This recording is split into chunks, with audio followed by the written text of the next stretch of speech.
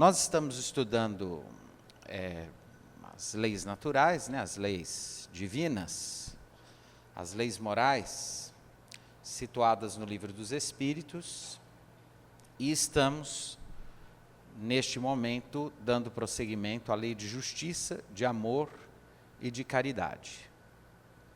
E temos feito alguns preâmbulos, né, algumas considerações que vão além daquilo que está no próprio texto do Livro dos Espíritos. E a lição de hoje, de Maria Dolores, a poesia que a gente leu, traz uma mensagem muito interessante, especialmente no final, que diz assim, não julgues, né? Não julgueis. E essa assertiva, essa ordem, esse convite para que nós não façamos julgamentos é muito complicada. Por quê? Porque ao mesmo tempo que o Cristo nos conclama a não julgar, é impossível a existência de uma sociedade organizada sem a possibilidade de julgamentos. Então, eu creio, inclusive, que uma das profissões mais difíceis, do ponto de vista da consciência, do peso moral, é a carreira da magistratura, de juiz. Por quê? Porque ele é obrigado, ele é pago para julgar pessoas, para definir, para tentar fazer isso que se chama de justiça e que, de verdade, é sempre algo que está próximo de acontecer, mas nunca nós teremos a certeza de que aconteceu em toda a sua totalidade, porque para que isso pudesse acontecer, nós teríamos que ter um acesso seguro a uma dimensão da nossa experiência chamada consciência. E a consciência é inatingível. Essa dimensão da nossa personalidade psíquica, que é a consciência, é inatingível. Nós não temos e jamais teremos ferramentas, pelo menos no mundo físico, material, capazes de identificar o que vai ou não na nossa consciência. As motivações reais, não é, que estão por trás de nossa projeção no mundo. E nós já falamos um pouco sobre isso, num desses domingos atrás, quando aprofundamos o quesito linguagem. A única porta de acesso àquilo que o ser humano pensa ou sente é a linguagem.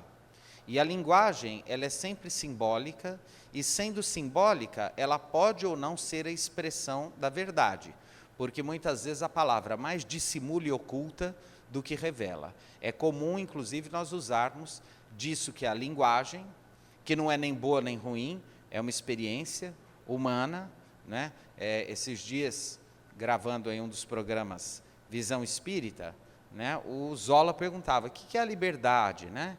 É um direito que a pessoa tem e tal. E aí nós até consideramos que a liberdade, da qual nós já falamos aqui muitas vezes, não é nem um direito, nem um dever, é uma condição humana, né? Eu não posso dizer, por exemplo, que respirar é um direito do homem, né? Porque ninguém entrou com uma ação pelo direito de respirar, porque simplesmente, se eu não respirar, eu morro, e morrendo eu não existo.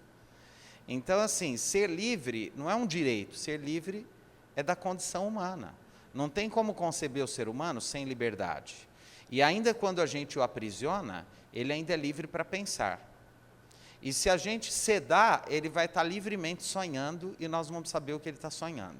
E lá no sonho dele, ele vai estar livre, né? Na dimensão do sonho, desdobrado espiritualmente, etc. Pode ser que ele esteja vivendo a experiência da liberdade. Então, a liberdade não é nem um direito nem um dever, é uma condição. E a justiça? A justiça é um valor. Assim como o bem é um valor, assim como a beleza é um valor, assim como, né, o conforto é um valor, a justiça é um valor. E sendo um valor, ela pode, né, se ampliar em alguns momentos. A gente pode chegar muito perto dela, ou pode chegar, né, ou pode não chegar nem perto. E sendo um valor, nós nunca teremos uma palavra final, a grande palavra, da justiça. Como nós não teremos a grande palavra da estética, da beleza. Às vezes o que um acha que é muito lindo, o outro olha e acha um horror aquilo. Né? Tem até o ditado, quem ama o feio, bonito lhe parece. Não é isso? Então, há coisas, né, que as pessoas às vezes valorizam e um outro não consegue identificar aquela dimensão. E isso vai da experiência existencial, da evolução intelecto-moral, das experiências de conhecimento que um espírito teve ao longo das suas reencarnações. Tudo isso vai, né, construindo seres diferentes, que têm valores diferentes, só que nós precisamos de uma referência. As referências são os nossos protocolos contratuais.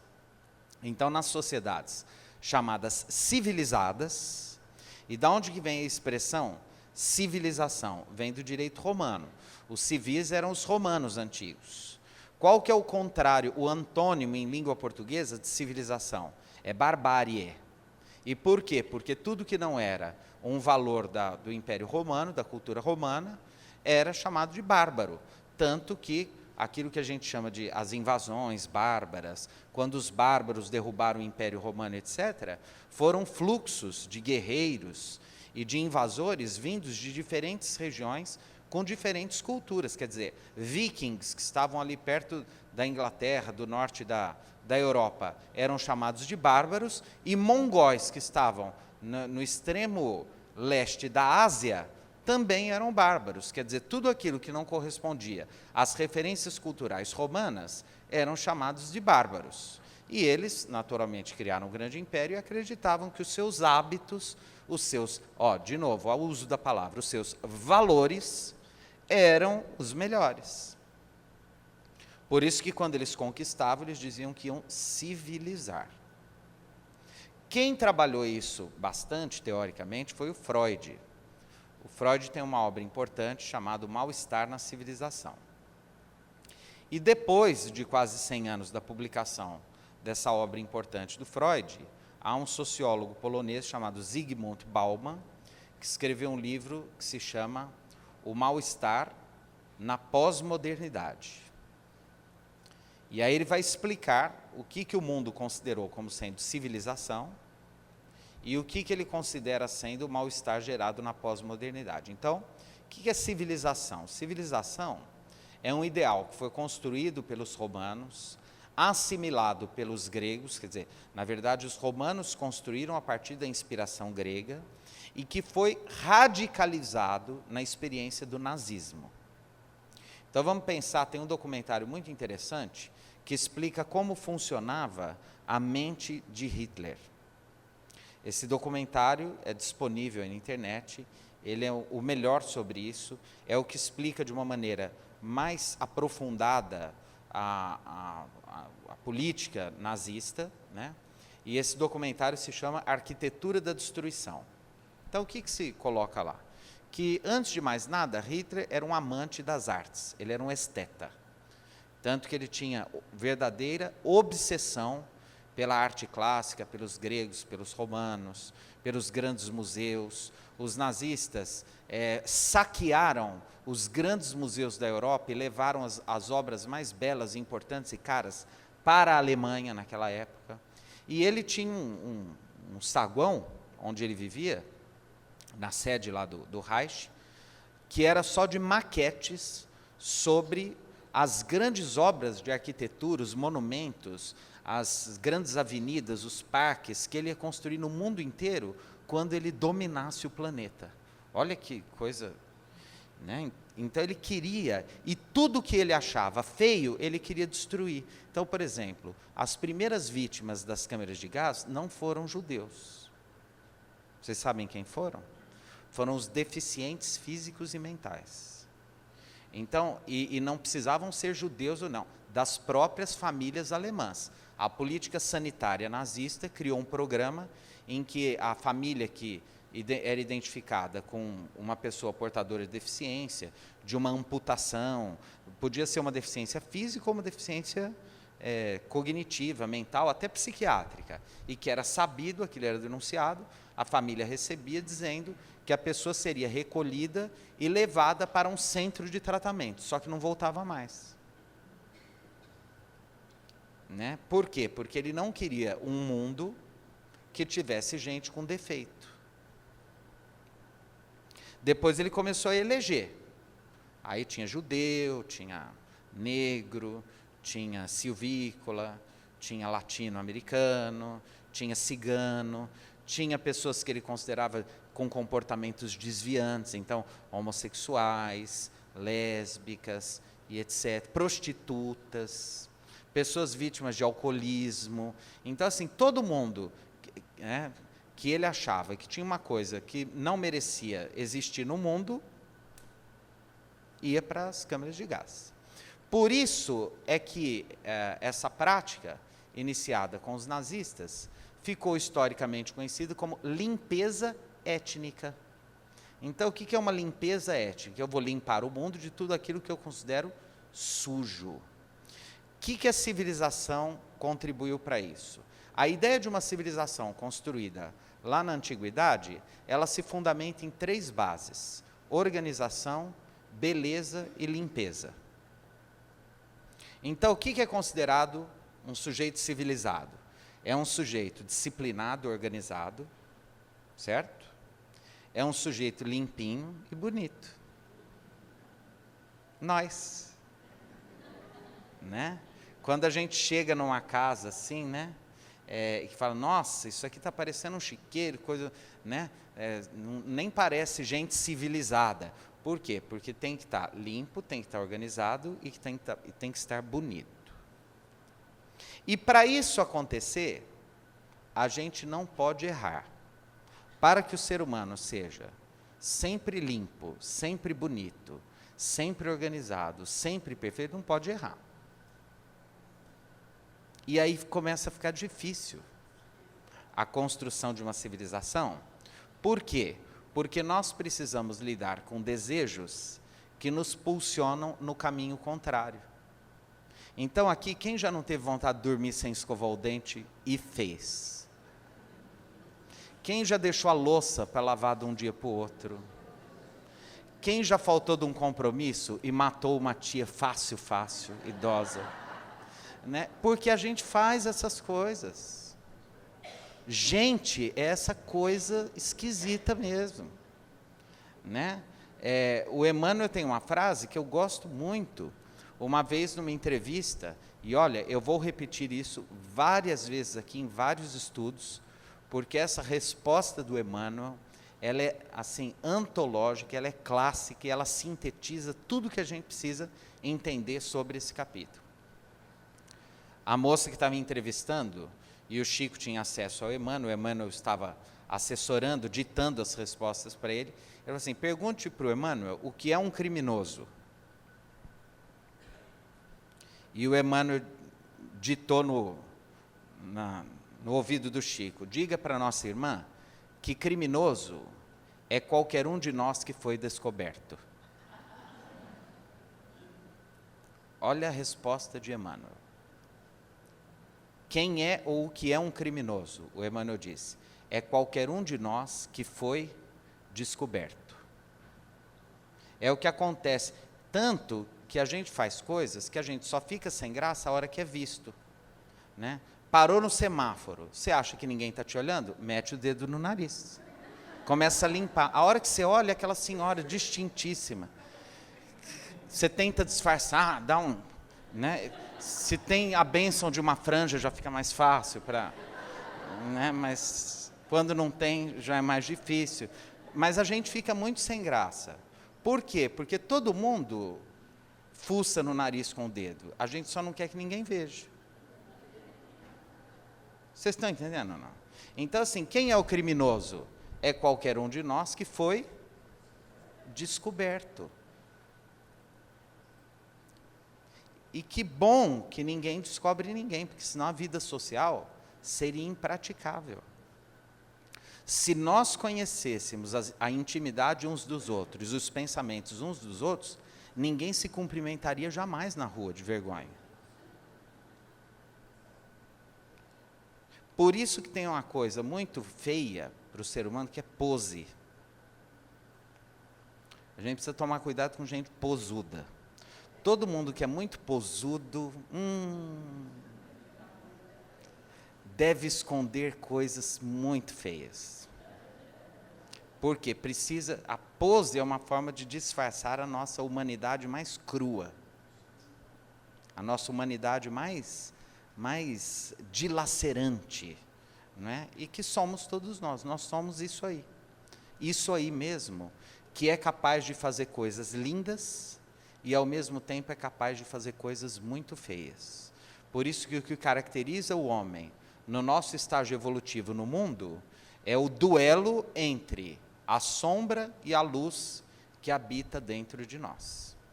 Então, é eternamente esse paradoxo. Eu quero, mas não quero, eu sou, mas não sou. Ao mesmo tempo que eu me pego bom em inúmeras situações, eu me pego mal em outras situações. Então, uma coisa boa da gente entender é: a justiça como nós a conhecemos no mundo é uma justiça que será sempre imperfeita. E por quê? Porque nós nunca teremos acesso às razões primeiras, às finalidades últimas, às motivações interiores. Então, ela é feita com um objetivo muito claro, muito explícito, de tornar a nossa vida social organizada, possível e menos problemática. E impedir, olha que interessante, isso também é muito bacana. A justiça existe muito mais para impedir grandes injustiças do que para produzir uma justiça perfeita. Ah, não entendi, então vamos, né? Eu costumo dizer que na vida, mais importante do que saber o que a gente quer, é ter bem nítido o que a gente não quer. Isso, vamos por analogia pensar na experiência da justiça no mundo, é isso. Muito mais para impedir grandes injustiças, que se façam grandes injustiças, do que para realizar uma justiça que seja perfeita. Porque estando nas mãos dos homens, a justiça será sempre a cara dos homens. O que isso significa? Que sendo homens e, portanto, espíritos imperfeitos, a nossa justiça será sempre imperfeita. Mas é necessário que ela exista, ainda que imperfeita, porque senão a experiência social seria impraticável, seria impossível viver em sociedade. E aí nós retroagiríamos à barbárie, a esse movimento anterior ao processo de civilização. Ocorre que isso que se chamou de civilização, e, portanto, uma vida, uma sociedade, as relações pautadas na beleza, na ordem e na limpeza, também produz em nós muitos recalques, muitas frustrações. Então, por exemplo, é maravilhoso um mundo onde todo mundo corresponde às expectativas de todo mundo, não é? É maravilhoso, seria maravilhoso. Em que, de verdade, a gente não decepcionasse ninguém e ninguém nos decepcionasse. Só que, às vezes, isso nos faz infelizes. Então, por exemplo, se eu digo sempre sim para todo mundo, e cada sim que eu digo me violenta um pouquinho, eu até estou fazendo muito feliz, o mundo muito feliz, mas pode ser que eu esteja me destruindo interiormente. Então, para que eu me construa, às vezes, interiormente, eu preciso ter coragem de falar não para o outro, mesmo que o outro não goste quando eu falo não para ele. E isso cria um mal-estar, né? Então, às vezes, os namorados estão lá, tem 5, 6 anos de namoro, e um deles descobre que, de verdade, naquele momento não quer mais seguir o namoro. E, às vezes, o outro quer. E o outro se sente muito injustiçado. Mas eu fiquei 6, 7 anos do lado e agora ele fala que não quer? Sim, ele poderia falar que quer e viver infeliz, só para você não fazer biquinho. O que seria injusto com ele também. Então, aquilo que é injusto com o outro, é justo para um, aquilo que é justo para um não é justo com o outro. Então, qual que é a única saída? Então vamos lá. A única saída é Sócrates: conhece-te a ti mesmo. Ou seja, eu preciso saber o que eu sinto, o que eu penso, o que eu faço. À medida que eu desenvolvo a minha consciência, eu me torno espírito mais maduro, espírito mais adulto, espírito mais responsável pelas minhas ações. Eu administro melhor a construção até das minhas possíveis culpas no trânsito da vida, né? E ao mesmo tempo, eu começo a entender que de verdade eu não nasci para resolver o problema de ninguém. Nós nascemos sozinhos e desencarnamos sozinhos. Então, eu preciso, o Sartre tem uma frase que eu gosto muito, né? Se você é uma pessoa que tem muita dificuldade de ficar sozinho com você mesmo, provavelmente é porque você é uma péssima companhia.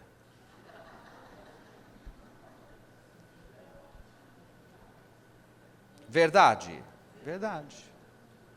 Porque se eu sou uma pessoa interessante, eu preciso ser interessante primeiro para quem? Para mim mesmo. Eu tenho uma amiga que ela fala que ela é muito sozinha, muito carente, uma vez por mês, ela vai na floricultura e manda flores para ela. A hora que ela chega, está lá o buquê, tem um cartão, olha, você é linda, é o máximo, assinado você mesma. É? Bacana, é uma metáfora interessante. Por quê?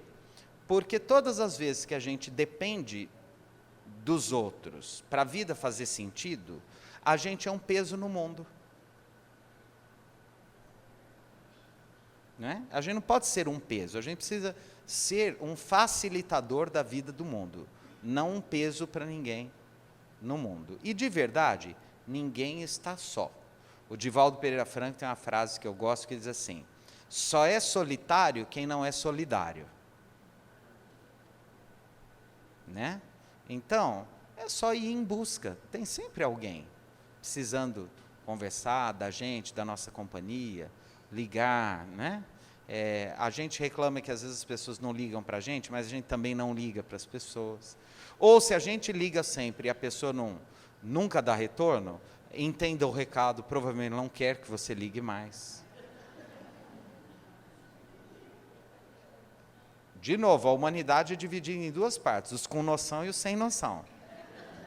Não é? Então a gente precisa fazer essas leituras aí, né?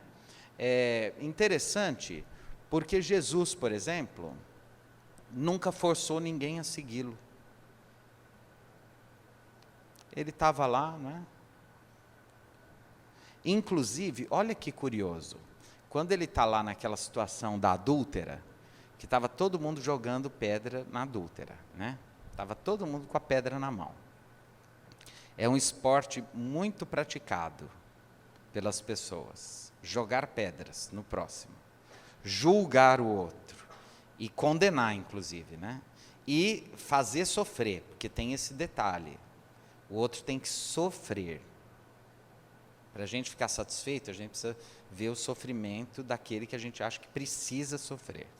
Né? Bom, ele liberta aquela mulher dos algozes, olha, né, quem nunca errou, atire a primeira pedra e tal, né, e aí os homens vão embora, né? E a gente esquece do que ele fala para ela.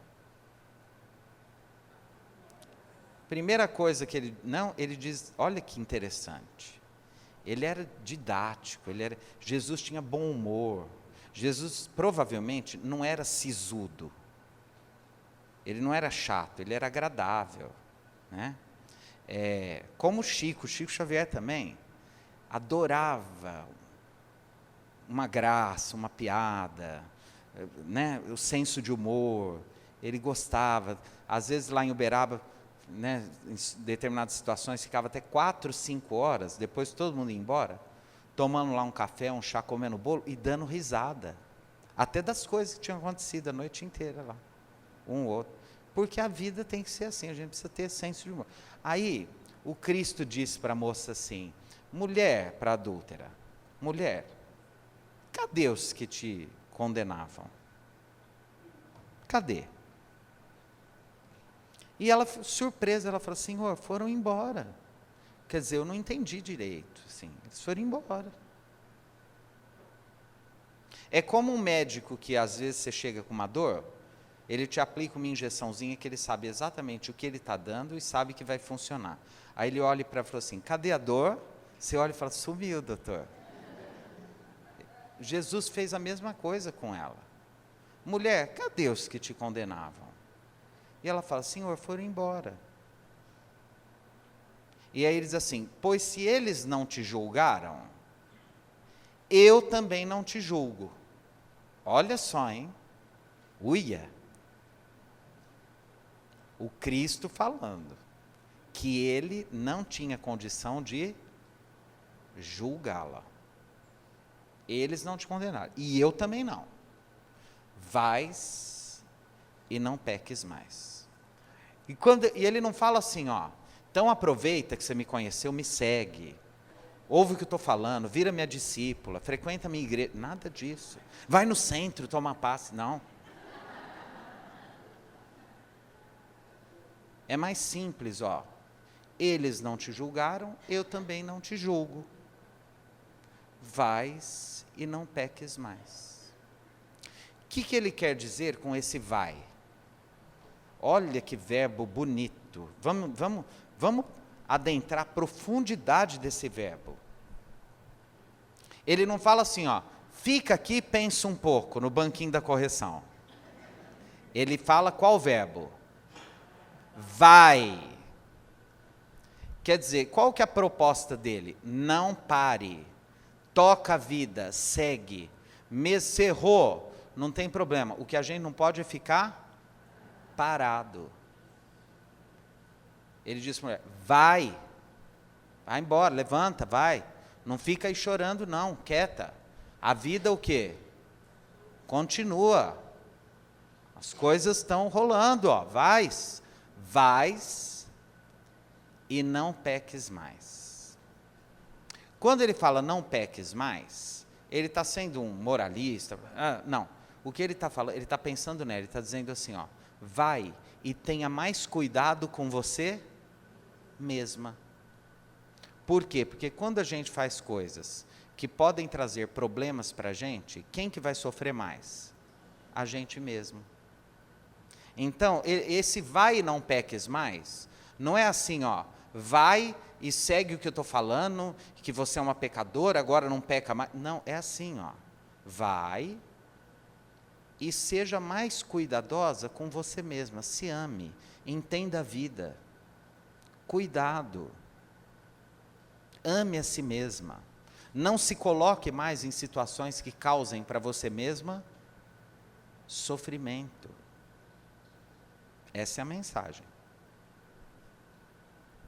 Então, do ponto de vista do estudo desses valores, e aí a gente está num campo da filosofia chamado axiologia, axios, valor em grego, axiologia, estudo dos valores.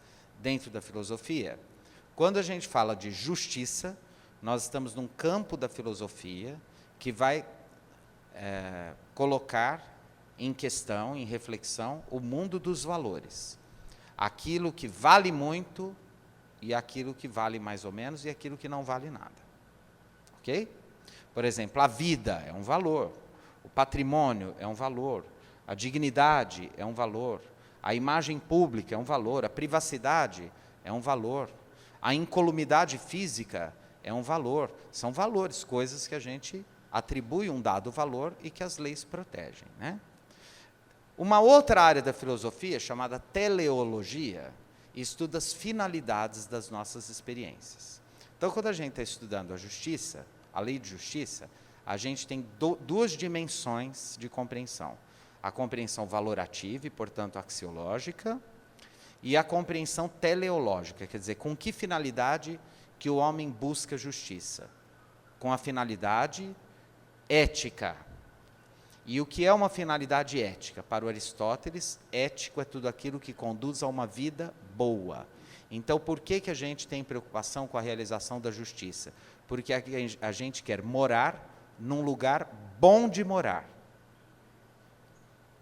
E para ser bom de morar, as pessoas não podem lesar as outras.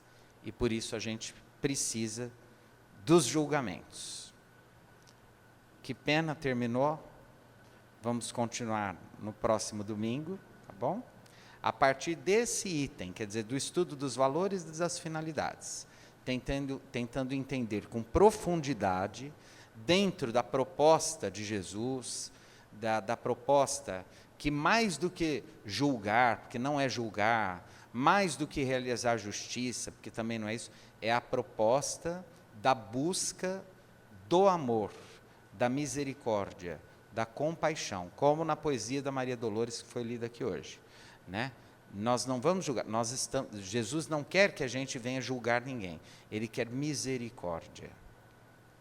O que é misericórdia? É compaixão, é compreensão, é perdão, é entendimento, é caridade, é indulgência para com as faltas do outro, sem perder de vista a necessidade de proteção social para que a gente consiga uma finalidade ética no mundo, que é construir um mundo mais gostoso de se viver, mais alegre, mais agradável, mais leve. Que Jesus nos abençoe e nos ampare.